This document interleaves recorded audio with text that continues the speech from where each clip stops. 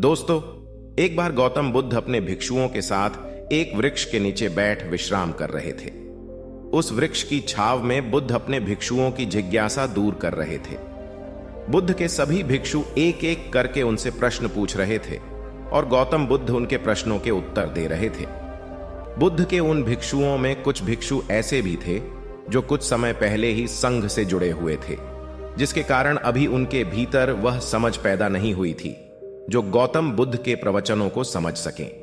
गर्मियों का समय था, सूरज अपने चरम पर था और चारों तरफ धूप ही धूप थी, लेकिन उस वृक्ष के कारण बुद्ध और उनके सभी भिक्षु आराम से छाव में बैठे हुए थे। इतने में ही गौतम बुद्ध के एक भिक्षु की नजर एक बूढ़े व्यक्ति पर पड़ती है जो उस वृक्ष के पास से ही गुजर रहा था। वह भिक्षु उस बूढ़े व्यक्ति को देखकर अचानक से ही हंसने लगता है। उस बूढ़े व्यक्ति की उम्र बहुत ज्यादा हो चुकी थी, जिसके कारण उसकी कमर मुड़ गई थी।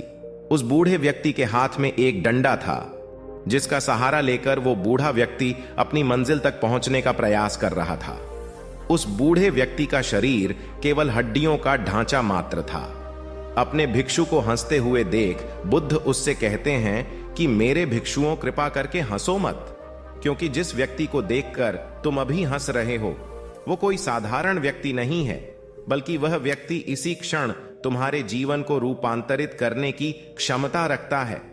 जो आज तक मैं तुम्हें सिखा नहीं पाया, वह यह बूढ़ा व्यक्ति तुम्हें सिखा रहा है। इसके द्वारा दी गई सीख को बेकार ना करो।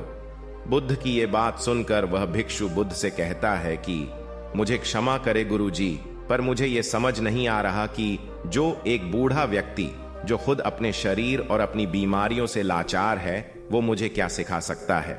फिर बुद्ध उस भिक्षु से कहते हैं कि ये बूढ़ा व्यक्ति तुम्हें तुम्हारा भविष्य दिखा रहा है।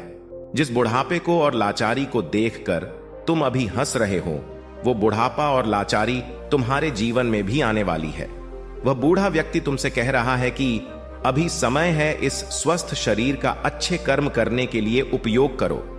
अगर तुम्हारा ये स्वस्थ शरीर तुम्हारे हाथ से निकल गया तो फिर से वापस नहीं आएगा, और अभी तुम्हारा ये शरीर सही से काम कर रहा है, जैसे कि तुम्हारे हाथ, पैर, आंख, कान और ये सभी चीजें सही से काम कर रही हैं।